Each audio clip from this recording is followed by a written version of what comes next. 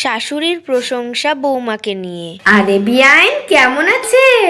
আছি বিয়াইন, ভালো মন্দ নিয়েই আছি। আপনি ভালো আছেন তো? আপনার বৌমা কোথায় বিয়াইন? বাথরুমে মনে হয় গেছে, 1 ঘন্টা তো লাগবে। বিয়াইন, বৌমা কি সকাল সকাল উঠে? সারা রাত ধরে মোবাইল ঘাটলে সকাল সকাল উঠবে কি করে? আজকালের মেয়ে তো একটু বলে বলে করাবেন। সকালে চা করে দেয় তো বিয়ান?